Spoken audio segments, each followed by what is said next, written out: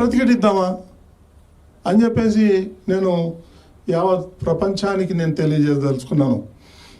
ప్రతి చిన్నమైన విషయానికి రాద్ధాంతం చేసి హిందువుల యొక్క మనోభావాలను దెబ్బతీస్తున్నారు వాళ్ళు. రమ్మనండి భారతిరెడ్డిని, జగన్మోహన్ రెడ్డిని వచ్చి తల్లిళ్ళు ఇచ్చి గుండు కొట్టించుకొని నామాలు పెట్టుకొని కోనేట్లో మునిగి ఎలవనండి దర్శనానికి. అప్పుడు మేము జై అంటాం వాళ్ళతోనే. రారు, ప్రసాదాలు తినరు, తిరుమలకి రారు, పట్టు వస్త్రాలు సమర్పించడు.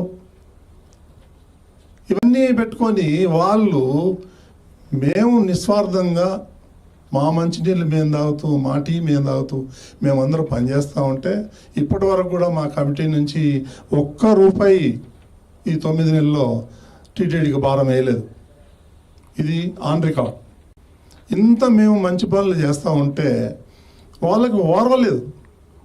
ప్రతి ఒక్కడు ఆ వైసీపీ వాళ్ళు టీటీడీని టార్గెట్ చేయటం ఎందుకు? ఏంటి రీజన్ ఏంటి? మనం ఏమన్నా వాళ్ళ చర్చిలకో లేకపోతే ఇంకోటికో మనం వెళ్తలేం కదా వాళ్ళ జోలికి.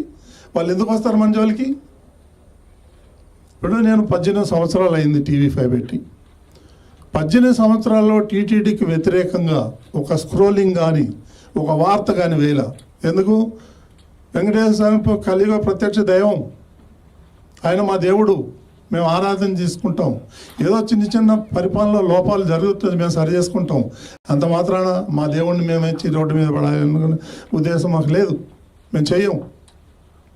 అదేవిధంగా వేరే వాళ్ళు కూడా చేయాలని చెప్పి కోరుకుంటున్నాం. మేము తప్పు చేస్తే ఎత్తి చూపించండి.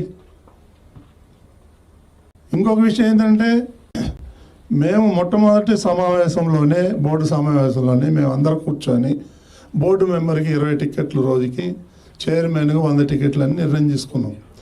నేను ఏనాడు కూడా 100 టికెట్లు వాడలేదు, సగమే వాడతా. ఎందుకంటే నేను అర్ధరాత్రి పూట క్యూ లైన్ లేకపోతే అక్కడ ప్రజలు పడే బాధలు వర్ణనాతీతం. చిన్న చిన్న చంటి పిల్లలు వేసుకొని 20 గంటలు 22 గంటలు వాళ్ళు క్యూ లైన్లో ఉండి చాలా ఇబ్బందులు పడుతున్నారు.